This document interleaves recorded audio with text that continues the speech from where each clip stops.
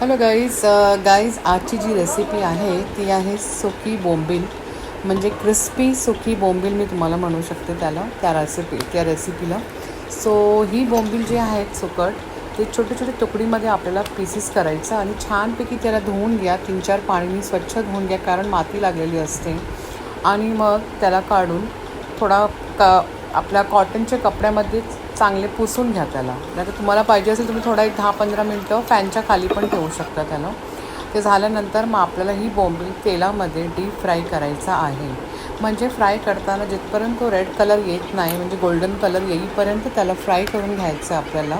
हे पहा जसं मी करत आहे.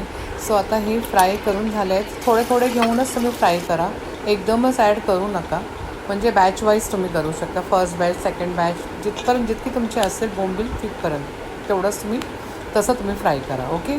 आता हे पहा आपली बोंबील छानपैकी फ्राय करून झालेत. आता आपल्याला ह्याच्यामध्ये मसाले ॲड करायचे आहेत. मी मीठ आणि मालवणी मसाला ॲड केला ह्याच्यामध्ये.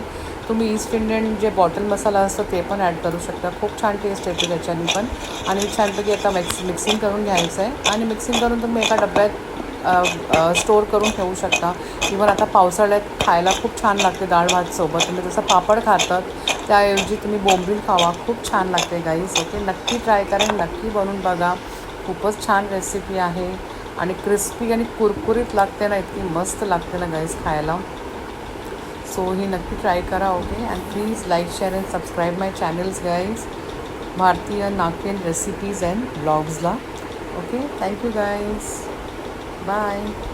आणि हां, ही रेसिपी मी ॲक्च्युली मला कॅनडाला पाठवायचं होतं माझी बहिणीची मुलीला, म्हणजे मी तिची मावशी लागते. So she is my knees. So तिच्यासाठी मी बनवलं आहे. सो आता तिला मी एका डब्यात फॉईल पेपर पहिला ठेवणार, मग त्याच्यावरती बोंबील ठेवून मग तिला मला सेंड करायचं आहे. सो हे बघा किती छान कुरकुरीत असे तुटतात ना, तुम्ही बघू शकता. हे पहा. ओके, सो नक्की तुम्ही ट्राय करा गाईज. ओके, अशीच चांगली चांगली रेसिपी मी शेअर करत राहणार आणि खूपच इझी रेसिपी आहे. इवन टीनेजर्स, स्टार्टर्स, बिगिनर्स जे असतात ते सुद्धा करू शकता. ही रेसिपी खूपच छान आहे. Okay, thank you guys, bye.